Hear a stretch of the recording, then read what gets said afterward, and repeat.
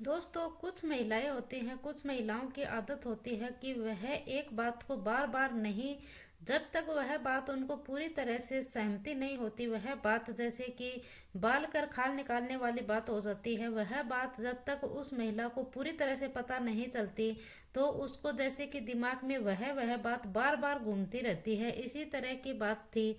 यहाँ पर एक शांति के लिए यज्ञ हवन चल रहा था और इसी बीच में कुछ महिलाएं थी, वह आपस में बैठी हुई बातचीत कर रही थी। बातचीत का सिर्फ एक ही केंद्र था कि वह घर में जिस महिला का पति की मौत हुई थी उस महिला की तरफ वह देख रही थी। उसके नैन नक्श और उसके बातचीत का जो तरीका था, वह उसके जो रोने का तरीका था, और जो उसका 3 साल का बच्चा था वह बार बार उसे चुप करा रही थी और जैसे कि वह कुछ छुपाने की कोशिश कर रही थी वह महिला, और किसी तरह से वह उस बच्चे को शांत कर रही थी। और इसी बीच बीच में वह उठकर जाती थी और किसी सामान की जरूरत होती थी तो वह खुद जाकर वह सामान लेकर देती थी और आने के बाद फिर से वह रोना शुरू कर देती थी। और ऐसी ही औरत थी, वह आपस में बातचीत कर रही थी और बातचीत करने के दौरान यह लग रहा था कि जो इसके पति भले ही मर गया हो, लेकिन इसे जो इसकी जो महिला है इसने अजीब सी हरकतें कर रही थी ये महिलाएं। और इसी बीच में एक महिला है, यह पूछने इसे कहती है कि बहन, मुझे ऐसा जानना चाहती हूँ कि आखिरकार जो तेरा पति है उसकी मौत कैसे हुई थी, उसकी मौत की वजह क्या थी। यह जो महिला है यह उससे पूछना शुरू कर देती है, क्या हुआ था, आखिरकार क्या हुआ था उस रात, ऐसा क्या बात हुई थी आपस में तुम दोनों की, आखिरकार उसकी मौत कैसे हुई थी। कुछ ऐसे जवाब दिए जाते हैं। जब वह जवाब दे रही थी तो वह रोने का बहुत ज्यादा नाटक कर रही थी और यानी कि वह महिला जोर जोर से रोना शुरू कर देती है। और यह बात जब उस महिला को बड़ा ही अटपटा लग रहा था कि यह इस तरह क्यों रो रही है, वह जो घर के बाहर निकलती है और घर के बाहर निकलने के बाद वह जो महिला होती है उसको अटपटा लगा, अटपटा लगने के बाद वह घर से बाहर निकलती है। घर से बाहर जब निकलती है तो उसे जब घर से बाहर कुछ जिम्मेदार व्यक्ति होते हैं, लोग होते हैं, उनके पास जाती है और उनसे वह कहती है कि मुझे यहाँ पर डाउट लग रहा है और इसीलिए मैं इस महिला से पूछने जा रही हूँ कि उस रात आखिरकार हुआ क्या था, जिससे कि तुम्हारे पति की मौत कैसे हुई थी। और आखिरकार जब मैंने इससे बातचीत करने की कोशिश की तो बातों में पुरुषों से जब ये बात करती है महिला, ये सभी जो घर के जिम्मेदार व्यक्ति होते हैं उनसे बताने की कोशिश कर रही थी। और देखते ही देखते ये बात है पूरे गांव में आग की तरह फैल जाती है और रिश्तेदारों में फैल जाती है। फिर यहाँ पर लोग हैं यह आ रहे थे और फिर यहाँ पर जो भी जाकर थे यह महिला सिर्फ है, तब यह ऑब्जेक्शन उठाते हैं। यहाँ पर यह ऑब्जर्व करते हैं कि हम सभी हैं, यह इस महिला से पूछना शुरू करते हैं। आखिरकार वह महिला है यह फिर से आती है और फिर से आने के बाद वह पूछती है कि बहन, तुम्हारा तो पति है, उसकी मौत कैसे हुई थी, क्या हुआ था, आखिरकार क्या हुआ था उस रात की सच की बात बता दो। तो ये महिला है यह नहीं बता रही थी। फिर कहती है कि तुम मुझे नहीं बताओगी तो तुम पुलिस आएगी, फिर तुम पुलिस को बता देना। यह महिला इस महिला से कुछ इस तरह ही पूछने की कोशिश कर रही है। ये करेगी या तो तुम मेरे को सच बता दो, मेरे को नहीं बताओगी तो फिर तुम्हें पुलिस आएगी, पुलिस को सच बता देना, पुलिस अपने तरीके से तुम्हें मार पिटाई करना शुरू करेगी, तब बता देना। और जब इस तरह की बात आती है तो आखिरकार यह महिला रोते रोते हुए पूरी कहानी सुनाती है। लेकिन वो असली कहानी जब सुनाने लगी थी, जब पूरे गांव को यकीन नहीं हो रहा था, और यहाँ पर तभी मीडिया भी वहां पर पहुंच जाती है और इस कहानी लोगों के सामने आ जाती है। कैसे इस महिला ने अपने पति का कत्ल किया, जो कि अब तक लोगों को हादसा लग रहा था। नमस्कार, राधे राधे, जय श्री कृष्णा। दोस्तों, मैं पूजा। आज की जो हमारी सच्ची घटना है, यह घटना है 10 फरवरी 2026 की। सुबह है तकरीबन 6:30 के आसपास का वक्त हो रहा था और उत्तर प्रदेश का एक जिला लगता है आगरा, और आगरा जिले का ही एक थाना लगता है एकता। और एकता जो थाना लगता है, इसी थाने के अंतर्गत एक गांव आता है लोदई। लोदई गांव में रहने वाली एक महिला होता है जिसका नाम गौरी होता है। गौरी अपने ससुर को फोन करती है। फोन करने के बाद वह अपने ससुर से बोल कम रही थी और रो ज्यादा रही थी, और यह रोने का नाटक कुछ ज्यादा ही कर रही थी। और बाद में यह अपना जो ससुर है वह पूछता है कि बेटा बात क्या हुई। तो क्योंकि जो महिला वह रो रही थी वह क्या बात हुई क्या नहीं हुई, जब वह उसका जो ससुर है वह बार बार उसे पूछने की कोशिश कर रहा है, तो यह कहती है कि मुझे पता नहीं चला कैसे क्या हुआ। हालांकि जो महिला होती है वह हमेशा सोकर उठती थी तकरीबन सुबह 10 बजे के आसपास, लेकिन वह महिला एक तो अजीब सी बात उसने यहीं पर कर दी, क्योंकि वह सुबह 6:30 बजे के आसपास ही जल्दी उठ जाती है। सबसे पहले वह अपने ससुर जो होता है वह सवाल पूछता है कि बेटा आज जल्दी क्यों उठ गई। यहीं पर वह जो ससुर उसका सबसे पहला यही सवाल होता है कि बेटा तुम तो तकरीबन 10 बजे के आसपास उठती हो रोज, आज इतनी जल्दी कैसे उठी। तो रोते रोते महिला यह अपने ससुर से कहती है कि वो इस दुनिया में नहीं रहे। जब ससुर ने यह बात सुनी कि वो इस दुनिया में नहीं रहे, तो ससुर है वह पहचान जाता है कि वह उसे देर नहीं होती पहचानने में। वह तुरंत ही पहचान जाता है कि यहाँ पर जो उसका बेटा है वह इकलौता बेटा है जिसका नाम लवकेश होता है, जिसकी उम्र 24 साल के आसपास होती है। वह तुरंत पूछता है कि लवकेश को क्या हुआ। वह कहती है कि लवकेश अब इस दुनिया में नहीं रहे, उन्हें अपनी जान दे दी है। जैसे ही जो लड़की ये बात बोलती है तो लवकेश के पिता जो सुरेंद्र हैं वह सुरेंद्र चंद्र तोमर यह बात सुनते हैं, उनका भी रो रो कर बुरा हाल हो जाता है। वह रोते रोते अपने रिश्तेदार अपने गांव वालों को और अड़ोस पड़ोस को सभी को कहता है और वह जल्दी से जाओ। और फिर यहाँ पर जो रिश्तेदार रहते हैं उनको भी फोन करता है कि जल्दी से जाओ, आखिरकार लवकेश को क्या हुआ है। वहां ही थोड़ी दूर से कुछ किलोमीटर के फासले पर तुरंत ही जैसे सूचना मिलती है, सूचना मिलने पर मौके पर पहुंच जाते हैं। और फिर यहाँ पर जाने के बाद देखते हैं कि जो लवकेश है जिसकी उम्र 24 साल है और वह पंखे से अपनी साड़ी से लटका हुआ था, और जो उसकी पत्नी थी उसका भी रो रो कर बुरा हाल था, जो उसका पिता था वह उसका भी रो रो कर बुरा हाल था।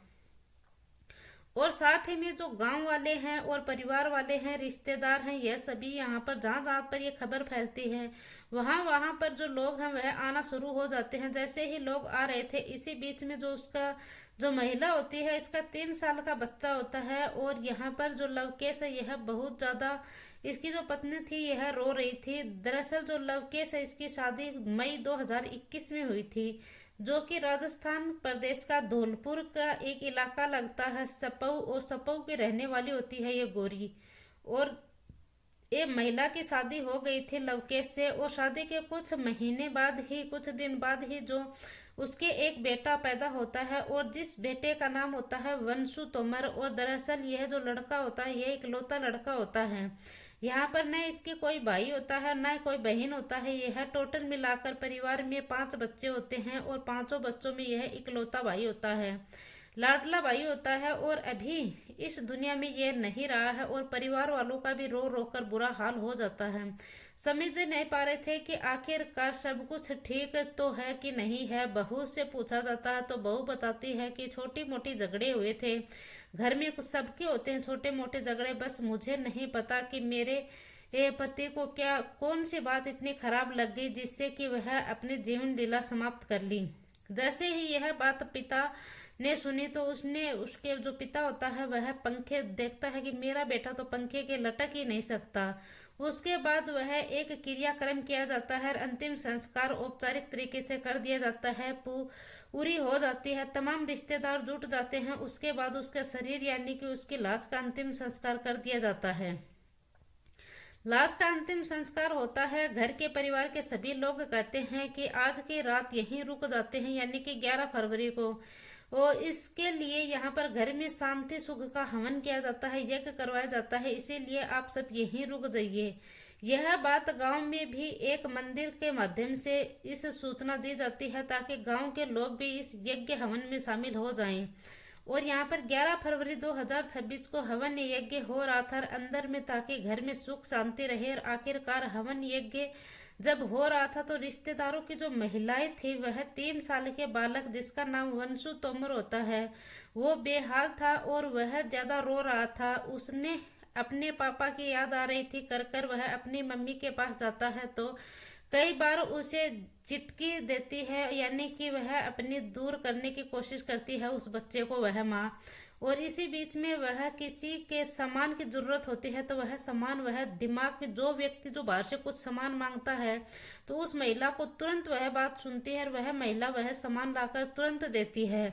और वह उठती है, उठने के बाद वह सामान लाकर तुरंत देती है। जैसे ही वह सामान लाकर देती है तो तभी कुछ महिलाएं हैं उसका दिमाग तक की जो कानों की बात है वह उसके दिमाग तक कैसे पहुंचती है। जब जब यह महिला किसी के पति की मौत होती है, उसे कुछ भी एक्सीडेंट हो या फिर किसी वक्त किसी भी महिला की हालत जो पति की मौत होती है तो वह महिला बेसुध हो जाती है।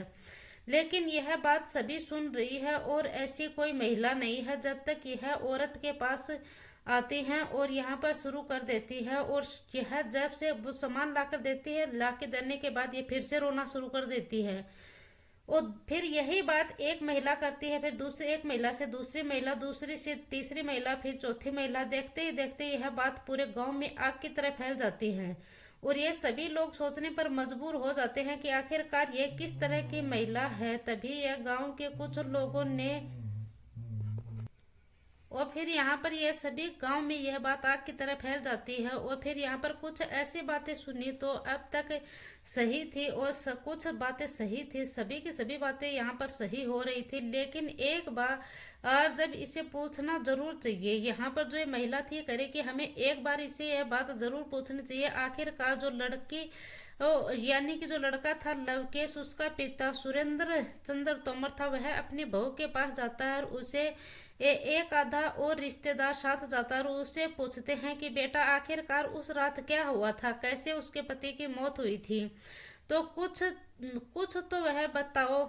जब यह बात आने की बात आती है तो वह रोना शुरू कर देती है। यानी कि लोग वह समझ नहीं पा रहे थे कि आखिरकार क्या कहें क्या नहीं कहें। तभी एक महिला होती है, वह महिला गुस्से में बोलती है और गुस्से में आकर वह बोलती है कि अगर पुलिस आएगी तभी तुम सच बताओगी। अपनी तरीके से वह बातचीत करेगी, फिर वह कुछ शांत सी हो जाती है, बिल्कुल भी नहीं ये बताएगी। तो ये महिला कहती है अगर पुलिस आएगी तभी तुम सच बताना, ऐसे तो मत बताना। जब पुलिस अपने तरीके से पूछेगी तुम जब ही बताना। फिर ये महिला ये एकदम से शांत हो जाती है और यह पहले कि जब पुलिस आए हम लोग अपने तरीके से ही, तुम बता दो, हम अपने तरीके से ही तुम्हें पूछ रहे हैं, तुम हमें सब कुछ बता दो सच सच। जब तक उसे बताना शुरू किया तो लोगों को यकीन नहीं हुआ कि आखिरकार ऐसे कैसा हो सकता है। दरअसल इस घर का ही, इस परिवार का ही एक लड़का होता है, एक बालक होता है जो उसके चाचा ससुर का बेटा होता है। चाचा ससुर का जो बेटा होता है उसका नाम धर्मेंद्र होता है। धर्मेंद्र के ही एक बेटा होता है, जो चाचा ससुर होता है उसका नाम धर्मेंद्र होता है और उसका एक बेटा होता है, उस बेटे का नाम सुरेंद्र होता है। सुरेंद्र का इसके घर में आना जाना रहता था और क्योंकि जो लवकेश है वह अपनी नौकरी करने के लिए गांव से थोड़ा दूर रहता था और शहर जाता था। शहर जाता था तो घर में किसी की चीज की जरूरत होती थी, कहीं बाजार में जाना था, कुछ खरीदना था, कुछ सामान लाना था, तो वह अक्सर आवाज लगा दिया करता था कि तुम जाकर सुरेंद्र से कह देना, सुरेंद्र यह सामान लाकर दे देगा। और जाने के बाद जो सुरेंद्र ये है लेकिन चला जाना, जो सुरेंद्र वह घर में आना जाना लगा रहता था। और यहाँ जाने के बाद सुरेंद्र इतनी ज्यादा करीबियां आ जाती हैं कि पता ही नहीं चलता कि पिछले 4 महीने में जो सुरेंद्र वह इतना करीब आ जाता है। और देवर और भाभी के बीच में अनैतिक रिश्ते हैं वह शुरू हो जाते हैं, शारीरिक संबंध यहाँ पर शुरू हो जाते हैं। यहाँ पर इनके बीच में अनैतिक रिश्ते, शारीरिक संबंध बनने शुरू हो जाते हैं और फिर दोनों में फोन पर बहुत सारी बातें होनी शुरू हो जाती है। सुरेंद्र की माँ यह एक दिन सुरेंद्र से पूछ भी लेती है कि बेटा तुम इतनी सारी बातें किससे कर रहे हो। तो ये सुरेंद्र ये बोलता है कि दूसरी तरफ से जो बात है वह कहता है कि माँ मेरे किसी दोस्त का फोन आ रहा है और तुम बीच में रोका टोका मत किया करो।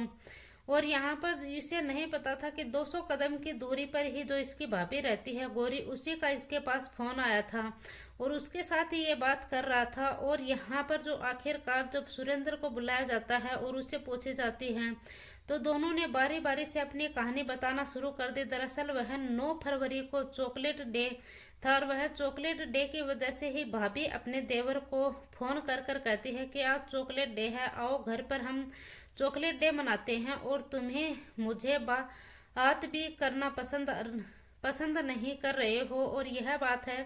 तो वो कहता है कि मैं आऊँगा और कुछ बिजी हूँ और फिर मैं आता हूँ और थोड़ा सा काम कर रहा हूँ। अभी बीच में यह फिर दोबारा फोन करती है। जब यह दोबारा फोन किया जाता है तो फिर से वह अक्सर लवकेश अपने घर पर आता है।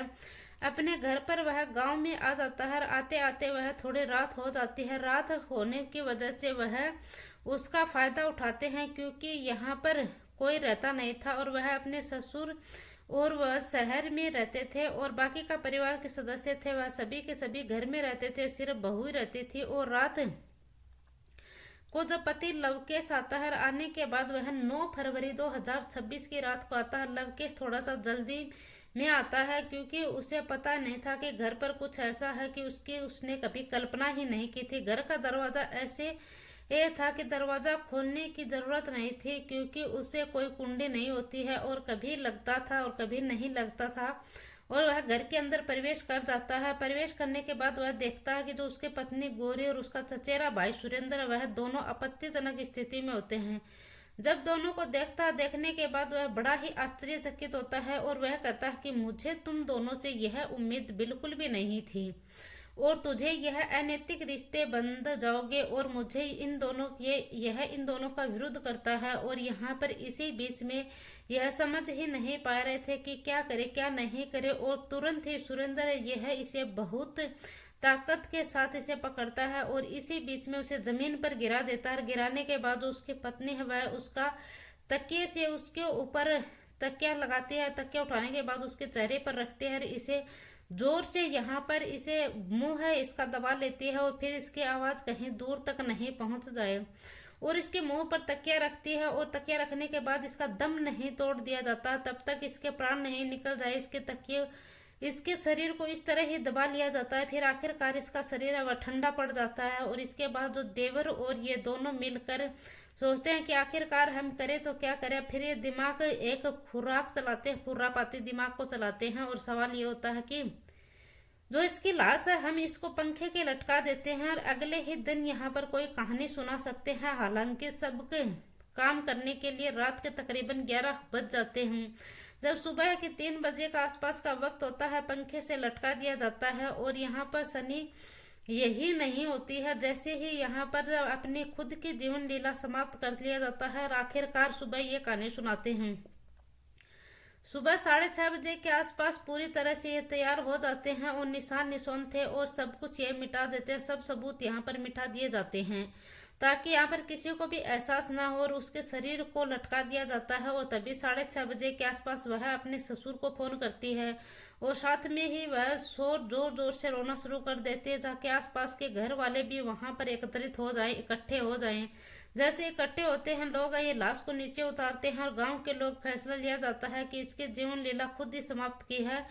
पुलिस के पास जाने की कोई जरूरत नहीं है, उनको फोन करने की कोई जरूरत नहीं है, इनका अंतिम संस्कार कर दिया जाए। फिर पोस्टमार्टम के आखिरकार पूरी परिवार को यह बात की कोई बौ नहीं थी और फिर तभी पुलिस के डायल 112 नंबर पर फोन किया जाता है। पुलिस पर मौके पर पहुंचती है और देवर और भाभी दोनों को गिरफ्तार कर लिया जाता है और वही तकिया भी अपने कब्जे में लेती है और वह साड़ी भी अपने कब्जे में लेते। हालांकि पोस्टमार्टम तो नहीं हुआ, लेकिन कितना टिका यहाँ यह सच इनका झूठ था, यह कितना टिका कितना नहीं टिका, यह तो खैर वकील और पुलिस यहाँ पर यह सबूत पर कितना जुटा पाएंगे, चार्जशीट लगेगी, किस आधार के ऊपर ये सब तैयार होगा। लेकिन इस तरह से जो देवर भाभी ने मिलकर इस हत्याकांड को अंजाम दिया था, यह हत्याकांड, लेकिन जो रिश्तेदार होते हैं, आसपास के इलाके के लोग होते हैं, उन्हें यकीन नहीं हो रहा था कि आखिरकार ये कैसा हो सकता है। दोस्तों, इस पूरी घटनाक्रम का सुनाने का उद्देश्य मेरा किसी को दिल को ठेस पहुंचाना नहीं है, किसी को परेशान करना नहीं है, बल्कि आपको जागरूक करना है, आपको सचेत करना है। जो 3 साल का बेटा है, आखिरकार उसके सर पर से हमेशा के लिए पिता का साया उठ चुका है। जो माँ थी वह भी सलाखों के पीछे जा चुकी है। अब उसके दादा और दादी ही अब उसके पोते के सहारा बनेंगे, उसका गुजर बसेरा करेंगे और उसकी सारी खुशियां देंगे। और जो दादा अपने बेटे की तरह उसको पोते को पालेगा और उसकी तलाश उसकी माँ भी अब जेल के पीछे चली गई है। जो देवर था वह भी सलाखों के पीछे गया है। दोनों को बहुत ज्यादा अफसोस जाहिर कर रहे हैं। जब मीडिया ने इनके सामने कहा तो यह घर से मुझे कभी भी कोई तकलीफ नहीं थी और न ही कोई ननद तकलीफ दे रही, न कोई सास दे रही थी। घर का कोई भी सदस्य मेरे को तकलीफ नहीं दे रहा था। पति भी कभी कोई परेशान नहीं करता था। न जाने मैंने कब कैसा यह कत्ल कर दिया, वो खुद ही नहीं समझ पा रही है। आखिरकार ये क्या हो गया, क्या नहीं हुआ था। लेकिन यह जब जेल में उसे कहा गया तो उसको सजा नहीं मिलनी चाहिए। मैं उसे असली हकदार हूँ। दोस्तों, जाते जाते आप सभी से यही रिक्वेस्ट है कि ऐसे सब फैसले लेने से पहले अपने परिवार और अपने बच्चे के बारे में सोचिए। तब तक के लिए जय हिंद, जय भारत।